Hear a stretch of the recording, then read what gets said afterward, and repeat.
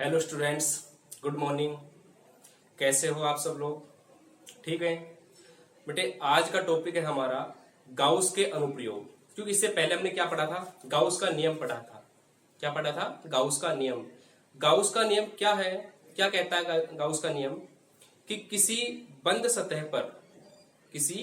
सतह पर उपस्थित कुल विद्युत फ्लक्स का मान, उस पर उपस्थित आवेश और माध्यम की या निर्वात की विद्युतशीलता का जो व्युत्क्रम है उसके गुणनफल के बराबर होता है। ठीक है, यानी कि मैथमेटिकली आपने जो गाउस का नियम पढ़ा था, तो गाउस के नियम से हम क्या निकालते हैं? विद्युत फ्लक्स का मान निकालते हैं। विद्युत फ्लक्स का मान निकालते हैं, वो क्या है? Summation Q upon epsilon not. ठीक है, समेशन क्यू का मतलब है किसी बंद सतह पर उपस्थित कुल आवेश। ठीक है, एप्सिलॉन नॉट क्या है? एप्सिलॉन नॉट क्या थी? निर्वात की विद्युतशीलता। तो विद्युतशीलता का यहाँ व्युत्क्रम से गुणा, यानी कि सिग्मा क्यू का गुणा 1 किससे था? समेशन क्यू का गुणा 1 एप्सिलॉन नॉट से था। तो ये क्या कहता है? गाउस का नियम। अब ये अप्लाई कहां का होगा, यानी कि इसको प्रयोग में कैसे लेंगे, ये कहां का उपयोग में आएगा, तो उसको क्या कहेंगे? अब अनुप्रयोग। ठीक है, अब इसकी कुछ शर्तें हैं, यानी कि गाउस के नियम की कुछ शर्त है। अनुप्रयोग यानी कि गाउस का नियम तभी लागू होगा, उसमें दो चीज आवश्यक है, तो वो मैं दिखा रहा हूं। ठीक है, ये आपने पढ़ लिया है। गाउस के नियम से ये होता है, ये क्या होता है? उपस्थित बंद सतह पर, लिख देता हूं मैं, समेशन जो क्यू होता है वो बंद सतह पर, क्योंकि इसमें जरूरी है सतह कैसी हो? क्लोज सरफेस, बंद सतह हो। ठीक है, बंद सतह पर उपस्थित कुल आवेश का जो मान है अपॉन, ये हो गया निर्वात की विद्युतशीलता।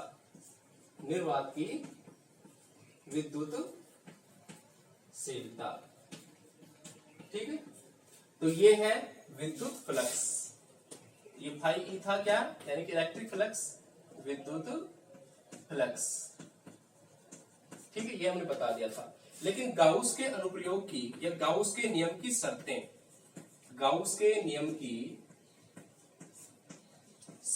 यानी कि शर्त क्या क्या है, कंडीशंस क्या क्या है, जो कि ये गाउस का जो नियम है उसको हम उपयोग में ले पाए। ठीक है, ये एप्स है, पहला एप्स है, एप्लीकेशन है पहला। ठीक है, उससे पहले हम बताएंगे आपको शर्त। ठीक है, तो इसमें ये शर्त है, पहली शर्त क्या है? गाउस के नियम में, अगर गाउस के नियम से आपको विद्युत फ्लक्स का मान निकालना है, तो इसके अनुसार बंद सतह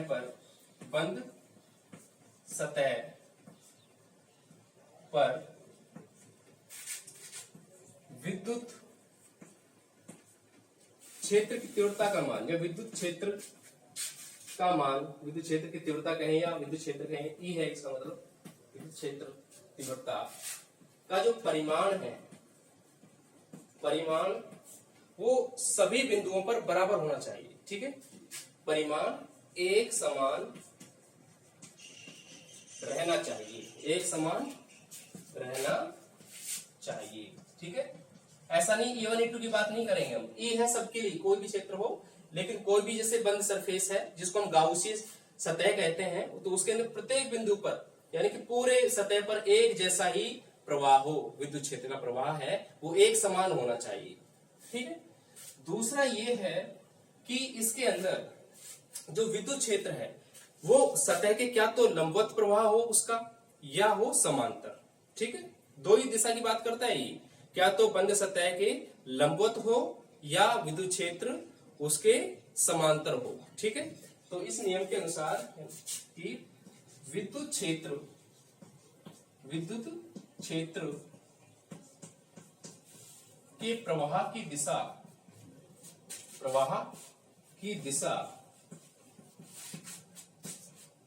गाउसी सतह बोलते बंद सतह को, गाउसी सतह होगी जिसपे हम क्या करते हैं, जिस सतह पर गाउस का नियम लागू करते हैं, यानी कि बंद सतह को क्या कहते हैं? गाउसी सतह। तो विद्युत क्षेत्र की प्रवाह की दिशा बंद सतह या सतह की लंबवत, क्या तो लंबवत हो या समांतर होनी चाहिए, समांतर होनी चाहिए। ये दो शर्तें इनको हमेशा लागू करेंगे। क्या? एक तो है ई, वो क्या होगा? यूनिफॉर्मली होगा, ठीक है। जो फ्लो है चार्ज का, जो विद्युत क्षेत्र का जो प्रवाह है वो एक समान रहना चाहिए पूरी सतह पे। दूसरी बात क्या कही है कि विद्युत क्षेत्र है वो सतह के क्या तो लंबवत बहे या समांतर बहे, उसका प्रवाह है उसकी दिशा क्या तो लंबवत रहे सतह के या समांतर रहे, ठीक है। ये दो शर्तें हैं। तो देखिए पहला जो अनुप्रयोग है वो हम लागू करते हैं। पहला अनुप्रयोग स्टार्ट करते हैं।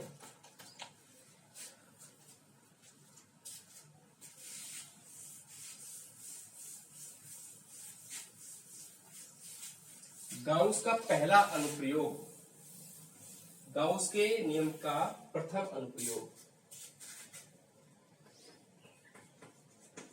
गाउस के नियम के अनुप्रयोग, टॉपिक हमारा है अनुप्रयोग, और उसमें भी है अनुप्रयोग फर्स्ट। अनुप्रयोग कौन सा है?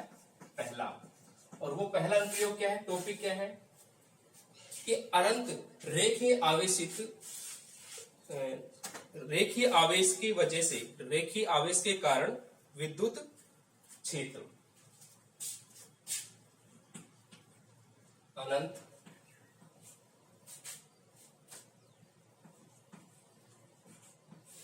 रेखीय आवेश के कारण, अनंत रेखा यानी एक रेखा पर अनंत, अनंत एक अनंत रेखा के कारण, एक तरह से अनंत आवेशित रेखा कह सकते हैं। अनंत आवेशित रेखा के कारण, रेखा के कारण विद्युत क्षेत्र, ये हमें ज्ञात करना है। किसके माध्यम से? गाउस के नियम के माध्यम से, गाउस के नियम की सहायता से हम इसका मान ज्ञात करें, ठीक है। देखो कहना क्या चाह रहे हैं, जैसे ये है अनंत यानी कि अनंत रेखा है, जैसे ये मान लीजिए चार्ज है, ठीक है, प्लस प्लस प्लस, और इस यानी कि ये इसका मान लीजिए मिड पॉइंट एक तरह से, ये लाइन है और ये रेखा से कोई आर दूरी पर एक बिंदु है P, क्या है? एक बिंदु P है, ठीक है। रेखा से आर दूरी पर एक बिंदु स्थित है। कौन सा बिंदु स्थित है? वो P बिंदु स्थित है, ठीक है। तो P बिंदु स्थित है। अब यहां से लेकर यहां तक जैसे मान लीजिए बिंदु एक तो ये है A1, दूसरा ये मान लिया हमने A2, ठीक है। तो अब इसके अंदर जैसे मान लो यहां पर A1 और ये A2 है, तो यहां से लेकर यहां तक की दूरी तो कितनी थी? R है। और P बिंदु पर A1 के कारण यानी कि A1 भाग के कारण, A1 भाग के कारण जो विद्युत क्षेत्र होगा वो P पर लगेगा, और A2 भाग के कारण, क्योंकि ये तो आवेशित है तो इसकी वजह से आवेश किस पे आएगा? P पर आएगा, ठीक है। तो वो देखेंगे हम। अब जो विद्युत क्षेत्र है उनकी जो दिशा है वो P की तरफ रहेगी वो तो, ठीक है। तो इसके अंदर P बिंदु पर जो A1 की वजह से P बिंदु पर जो विद्युत क्षेत्र है वो होगा मान लीजिए DE1, ठीक है, क्योंकि वो A1 है तो A1 एक तरह से अल्पांश है, ठीक है। तो ये मान लिया हमने A1 एक जो पॉइंट है, जो सेक्शन मान लिया एक तरह का अल्पांश है। A1 और A2 है, ये लंबाई के अल्पांश है, ठीक है। ये क्या है? लंबाई के छोटे भाग।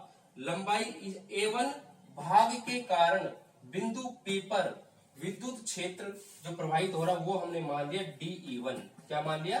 DE1। ये DL1 भी बोल सकते हैं इसको, DL1, ये DL2 भी कह सकते हैं। जो A1 A2 मैंने लिखा है वो ये है। और A2 की वजह से जो प्रवाह होगा वो E2 इस दिशा में P की, ठीक है, प्रवाहित हो रहे हैं।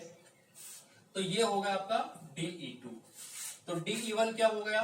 DE1 हो गया अल्पांश या A1 भाग, लंबाई का भाग है क्योंकि तो अनंत भाग इसका, अनंत जो मान है रेखा का, तो A1 भाग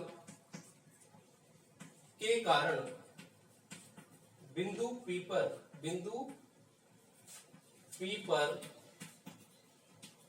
विद्युत क्षेत्र, बिंदु P पर विद्युत क्षेत्र क्या है?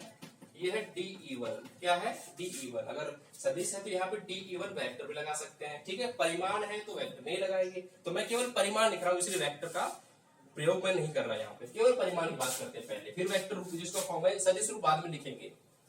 सेम इसी तरीके से जो DE2 है वो है A2 भाग के कारण, A2 भाग के कारण बिंदु P पर विद्युत क्षेत्र, वो होगा DE2। क्या है?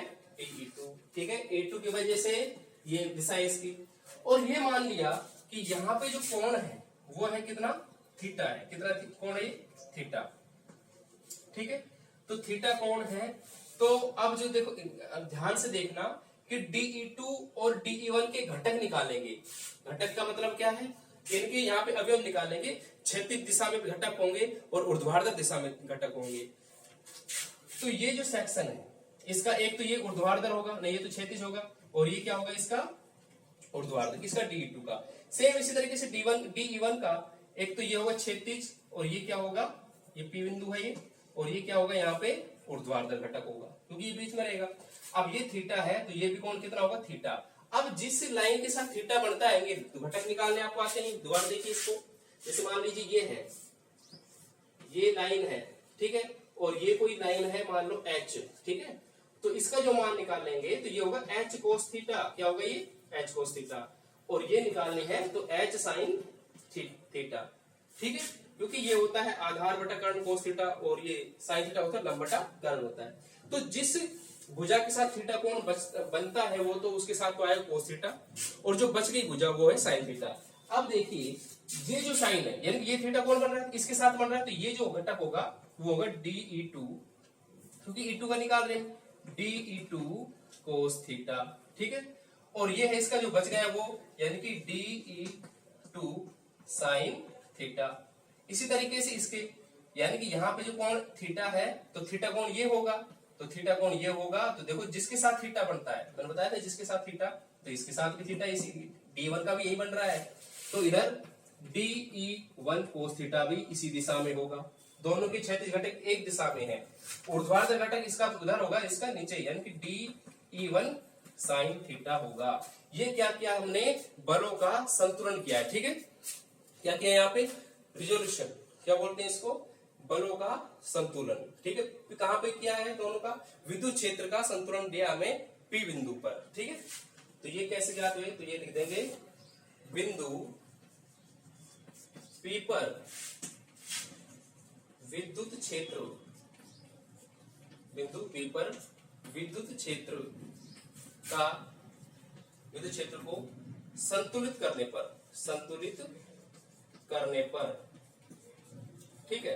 अब एक चीज समझिए, क्योंकि DE1 जो इनकी जो क्षैतिज घटक है वो तो एक दिशा में है, तो वो तो क्या जुड़ जाएंगे? परिणामी विद्युत क्षेत्र की बात करें तो ऊर्ध्वाधर जो घटक है उनकी दिशा विपरीत है, क्षैतिज घटकों की दिशा समान है, तो समान दिशा तो क्या होती? जुड़ जाएंगे। और जो विपरीत घटक है वो एक दूसरे के प्रभाव को नष्ट कर देते हैं, इसलिए वो खुद कैंसिल हो जाएंगे, ठीक है।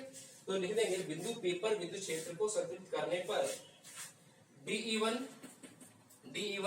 व DE2 के क्षैतिज घटक, या लिखेंगे पहले ऊर्ध्वाधर घटक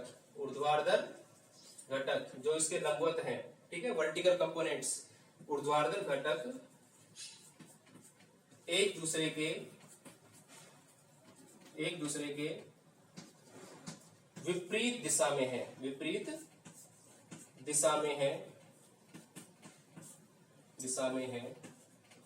और क्षैतिज घटक विपरीत, यदि ऊर्ध्वाधर घटक कौन कौन से हैं? साइन थीटा वाले, DE1 साइन थीटा और DE2 साइन थीटा। और विपरीत दिशा में जो ये विपरीत दिशा में और क्षैतिज घटक कौन कौन से हैं? DE1 का तो DE1 cos थीटा, और DE2 का क्या होगा? DE2 cos थीटा होगा। तो क्षैतिज घटक समान दिशा में है,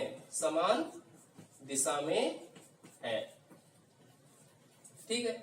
अब विपरीत दिशा में है तो बराबर का परिमाण होने की वजह से क्या हो जाएंगे? एक दूसरे के दिशा भी बराबर है, परिमाण बराबर, दिशा विपरीत है परिमाण बराबर है तो वो क्या कर देंगे, वहां पे परिणामी सदिश 0 होगा, यानी कि एक दूसरे के प्रभाव को वो तो नष्ट कर देंगे।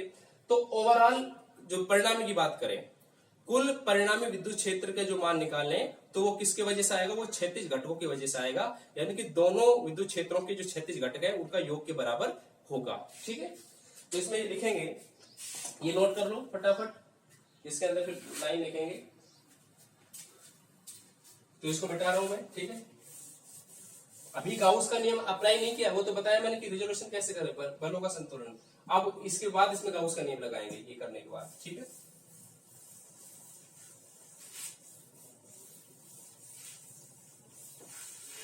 तो इसके बाद देखें, इसलिए DE1 साइन थीटा व DE2 साइन थीटा, ये क्या है, क्षैतिज घटक। ये क्या है, क्षैतिज घटक। एक दूसरे के प्रभाव को नष्ट कर देंगे। क्यों? क्योंकि विपरीत दिशा में परिमाण समान है। ठीक है, यहाँ पे क्या है, परिमाण समान है, इनका परिमाण समान। DE1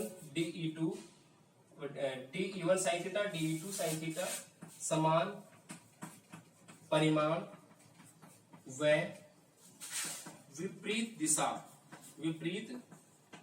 दिशा के कारण एक दूसरे के प्रभाव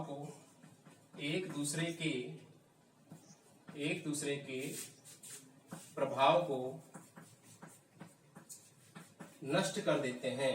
ठीक है, उनका प्रभाव 0 हो जाता है, नष्ट कर देते हैं।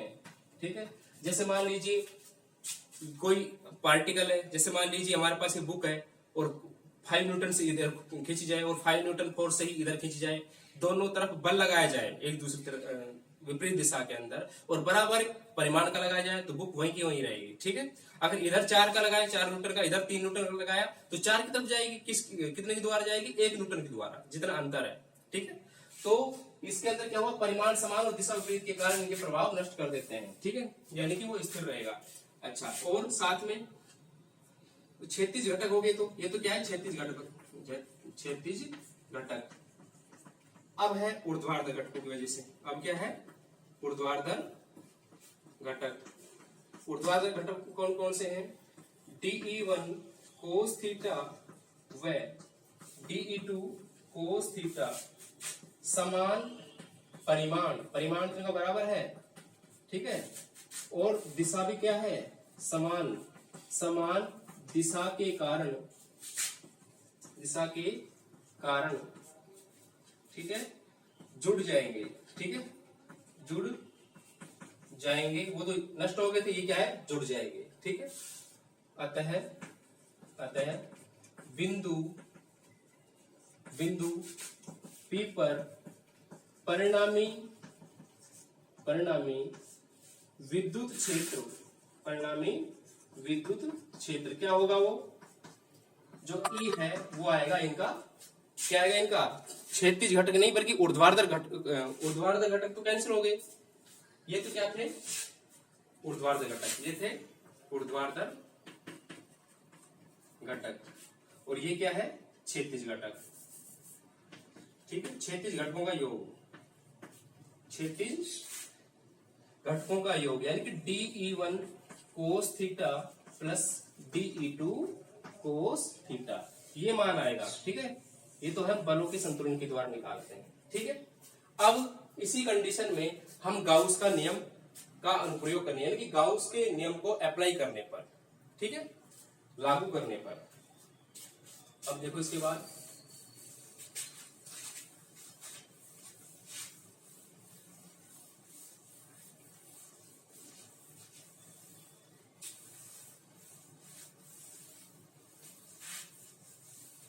अब इसी जो स्थिति में, ठीक है, अब देखें इसी स्थिति में गाउस का नियम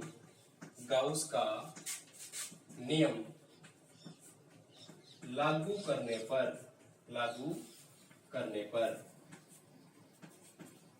गाउस का नियम लागू करेंगे, क्योंकि जो लाइन थी, जो रेखा थी, वो क्या थी, अनंत आवेशित थी। ठीक है, रेखा कैसी थी? वो अनंत आवेशित थी।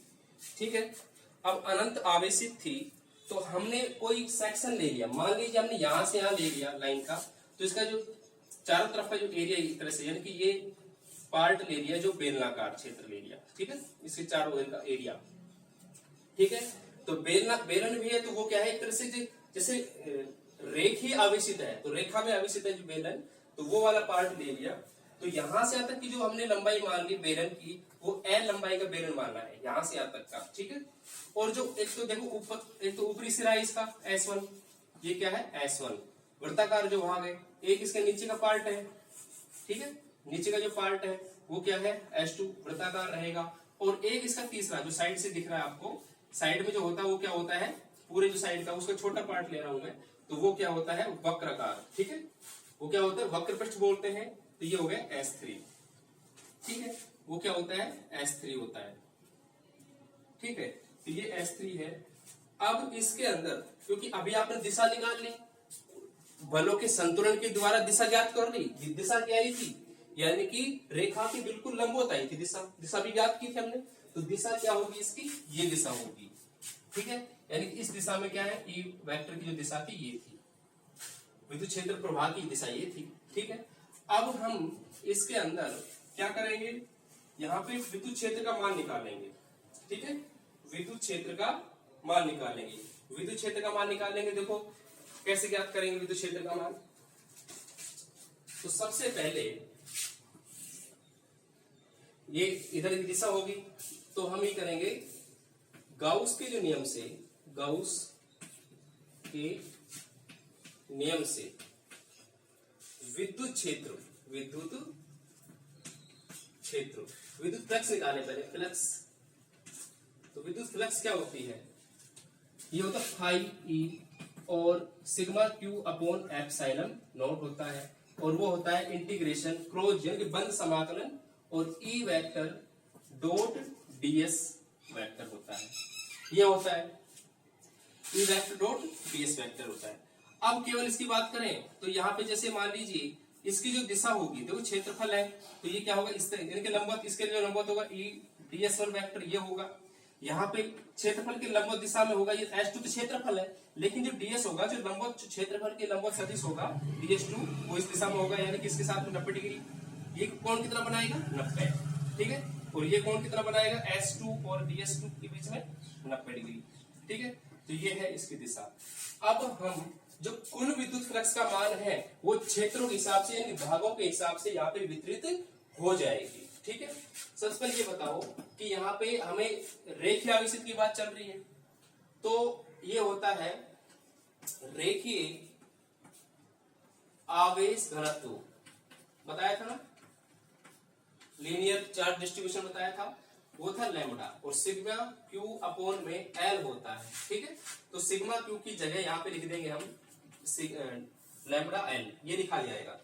लेकिन अब जो इसको सोल्व करेंगे तो ये सिग्मा क्यू, सिग्मा जो क्यू की जगह तो क्या लिख देंगे लैम्बडा एल। लैम्बडा एल क्या लिखा है यहाँ पे, लैम्बडा क्या होता है, रेखीय आवेश घनत्व होता है, तो लैम्बडा एल हो गया, नीचे एप्सिलॉन नॉट हो गया, और ये आएगा टोटल ई डीएस है। तो देखो कंप्लीट की बात करते हैं, तो ये बेलनाकार है, ये कौन सा पृष्ठ है, बेलनाकार पृष्ठ, बेलनाकार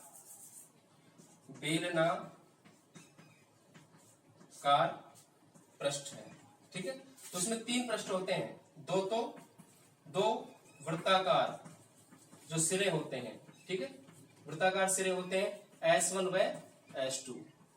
ठीक है, और फिर बाद में क्या होता है, और क्या होता है, और तीसरा क्या होता है, 2 तो वृत्ताकार होते हैं और वक्र पृष्ठ भाग होता है, वो क्या है इसमें S2 S3 है। ठीक है, S3 है, इनके बीच बीच में कोण भी है, जैसे हमें मान लीजिए θ1, तो DS1 व E के बीच कोण, E के बीच जो θ1 है वो 90 डिग्री है। ठीक है, DS2 वेक्टर व E वेक्टर के बीच में के मध्य जो है θ2 वो कितना है 90 डिग्री। लेकिन S3 है तो S3 का भी यानी क्षेत्रफल के लंबवत भी। अब DS3 यानी कि DS3 और ये जो DS3 और ई जो वेक्टर है वो दोनों समांतर है, क्योंकि ds3 की भी दिशा यही है और ई की भी दिशा यही है। तो S1 और S2 की कंडीशन में तो ds1 और ds2 की कंडीशन में तो क्या थीटा 90 डिग्री है, और ds3 की कंडीशन में 0 डिग्री है, यानी कि समांतर है। ठीक है, तो यहां पे लिखें lambda L upon epsilon not, epsilon not हो गया, और ये आ गया देखो ई ds 1 cos थीटा, और ये किसके लिए, S1 के लिए कर रहा हूं। ठीक है, टोटल करें तो यहाँ पे ई ds2 cos थीटा, क्योंकि ए वेक्टर डॉट बी वेक्टर क्या होता है, ए बी cos थीटा। ठीक है, तो ये S2 के लिए है, और तीसरा क्या है, S3 के लिए है ई ds3 cos थीटा 3, ये थीटा 2 है। ठीक है, ये समझ में आ गया था। देखो जैसे मान लीजिए ये ई वेक्टर है, तो सबसे पहले मैं लिख रहा था कि जो ds यानी थीटा 1 की बात कर रहा हूं, थीटा 1 है ds1 और ई के बीच में, तो ds1 की दिशा तो ये है और ई की दिशा ये है, तो ds1 होगा 90 डिग्री। दूसरा थीटा 2 क्या था, थीटा 2 था S2 और ds2 और ई के मध्य, तो ई तो ऐसी दिशा है, तो जो सिरे हैं, तो सिरे के जो लंबवत जो क्षेत्रफल सदिश आ रहा है वो तो क्या 90 डिग्री कौन बनाएगा दोनों के साथ में। लेकिन जो तीसरा है S3 का, यानी कि थीटा 3 के जो मान है वो क्या होगा, 0 डिग्री, क्या होगा वो 0 डिग्री, तो वो मान हम रखेंगे इसके अंदर। ठीक है, थीटा 1 थीटा 2 और थीटा 3 के ये मान है, तो ये 0 डिग्री है।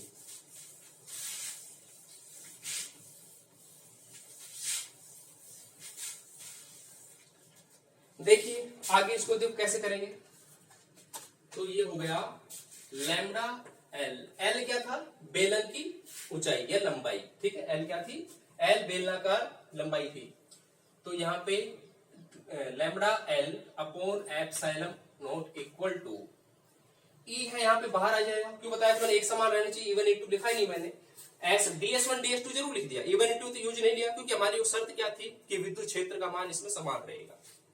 तो ये हो जाएगा ई ds1 और किसके लिए, कोस 90 डिग्री, कोस 90 डिग्री प्लस ई ds2 कोस 90 डिग्री प्लस, ठीक है, और ये क्लोज इंटरवल के लिए है, क्लोज इंटीग्रल के लिए है, ई ds3 कोस 0 डिग्री।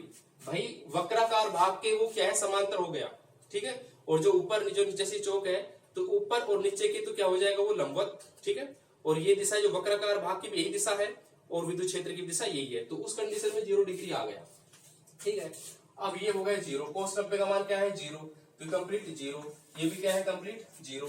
लेकिन इसके अंदर कोस 0 का जो मान होता है, देखो कोस 90 तो क्या है 0, कोस 0 क्या होता है 1, तो ये हो जाएगा, ई तो बाहर आ जाएगा, कांस्टेंट है, और ds3 और गुणा में 1। ठीक है, ये किसके लिए था, S3 के लिए था, ये S1 के लिए है, ये S2 के, और ये S3 के लिए है। क्या चल रहा है, ये lambda L upon epsilon not, विद्युत फ्लक्स का जो मान है दिखाता हमने। ठीक है, अब देखो dl upon epsilon not equal to आया इंटीग्रेशन ds3 और S3। ये देखो कि जो S3 था, S3 ds3 था, ये वक्राकार भाग था। कौन सा क्षेत्रफल था, ये बेलन का वक्राकार भाग। तो बेलन का वक्र पृष्ठ क्षेत्रफल क्या होता है, 2 पाई आर एच होता है ना, क्या होता है बेलन का वक्र पृष्ठ क्षेत्रफल 2 पाई आर एच। एच का जो काम कर रहा है वो एल कर रहा है, क्या कर रहा है वो एल, क्योंकि बेलन की यहाँ पे लंबाई क्या है एल। ठीक है, तो 2 पाई आर एल, ये मान इसमें रख देंगे, तो देखिए ई बराबर ई इंटू में 2 पाई आर एल हो गया, ये हो जाएगा ई गुणा में, और इसका जो मान ये दिखी दिया 2 पाई आर एल। ठीक है, ये एल से एल कैंसिल हो गया। ठीक है, ई का जो मान लेके आएंगे ई, तो जो गुणा में है ई के जो गुणा में वो ई के इधर ले जाएगा भाग में, ई का मान लेंगे तो जो ई की गुणा में वो भाग हो जाएगा, तो लैम्डा अपॉन 2 पाई आर और एप्सिलॉन नॉट पहले से था, समझिए 2 पाई आर क्या था, गुणा था, इधर आ गया भाग में आ गया। ठीक है, अब और देखिए आगे, अब हम आगे इसको दूसरे उसमें रूप में चेंज करें, तो अगर 2 से गुणा कर दिया जाए ये और 2 का ही भाग लगा दिया जाए तो ये 4 हो जाएंगे, 4 पाई और एप्सिलॉन नॉट लैम्डा। तो ये जो मान है ना 1 बटा में, तो ये के का मान है एक तरह से, तो ये हो जाएगा 2 गुणा, ये के का मान है 2 के का मान है 1 बटा 4 पाई लैम्डा, और लैम्डा और अपोन में क्या है यहाँ पे आर, अपोन में क्या है आर है, ये ई का मान है, ये किसका मान है ई का मान है। ठीक है, 2 गुणा के वही था जो अभी क्या पढ़ा था हमने, जिसके अंदर विद्युत क्षेत्र के अंदर पढ़ा था। ठीक है, F बराबर के Q1 Q2, तो के का मान वही है 1 बटा 4 पाई एप्सिलॉन नॉट, तो 2 गुणा के लैम्डा बटा में आर, तो ये मान था, इसका मान है विद्युत क्षेत्र का मान है। ठीक है, अगर इसका सदिश रूप लिखें, क्या लिखें इसमें सदिश रूप लिखें,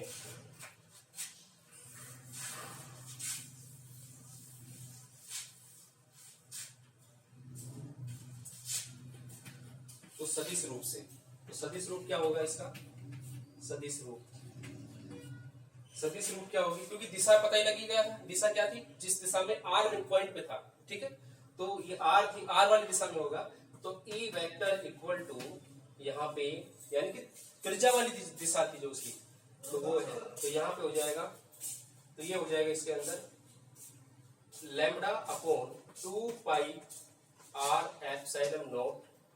ठीक है, ये था, और यहाँ पे आर वेक्टर, दूसरे रूप में हम लिख सकते हैं ई वेक्टर बराबर ये आ गया 2k और लैम्डा, और नीचे यहाँ पे है आर और ये है आर कैप। ठीक है, ये है आर कैप क्या है, इकाई सदिश है, और किसकी दिशा में, विद्युत क्षेत्र प्रवाह की दिशा में है। ठीक है, तो ये इसका सदिश रूप है। ठीक है, 1 मिनट का और बचा भाई, इसमें देखो, जैसे ओवरऑल जो आपको फॉर्मूला आया है उसमें ई बराबर क्या था, ई बराबर था लैम्डा बटा 2 पाई आर। ठीक है, तो लैम्डा क्या है, रेखीय आवेश घनत्व, और ये 2 पाई क्या है, कांस्टेंट है, एप्सिलॉन नॉट भी क्या है, कांस्टेंट है। डिपेंड किस पे किया, यानी वेरिएबल तो इसमें केवल त्रिज्या है, तो जो ई का जो मान है वो 1 बटा आर के समानुपाती हुआ, 1 बटा आर के समानुपाती यानी कि आर के व्युत्क्रमानुपाती हो गया। ठीक है, तो ये है, यहां से अगर वेरिएशन खींचना है तो यहाँ पे ग्राफ ये तो ई हो जाएगा और ये आर है, तो इसका ग्राफ ये आएगा। ठीक है, ये ओ पॉइंट है, तो मान लीजिए ये ग्राफ इसका। ठीक है, तो इस तरीके से हम करेंगे, और लैम्डा के लिए क्या करेंगे, अगर बात करें लैम्डा, तो यहाँ पे क्या है, समानुपाती होगा, ये है समानुपाती, इसके तो समानुपाती और आर के व्युत्क्रमानुपाती होता है। ठीक है, तो ये था गाउस का नियम, क्योंकि हमने गाउस का नियम काम में लिया, गाउस का नियम में काम लिया था, यहाँ पे ये काम में लिया था गाउस का नियम यहाँ पे। ठीक है, इसलिए इसको क्या कहते हैं, गाउस का प्रथम अनुप्रयोग। ठीक है, ऐसे हर लेक्चर में एक अनुप्रयोग कराएंगे। Thank you.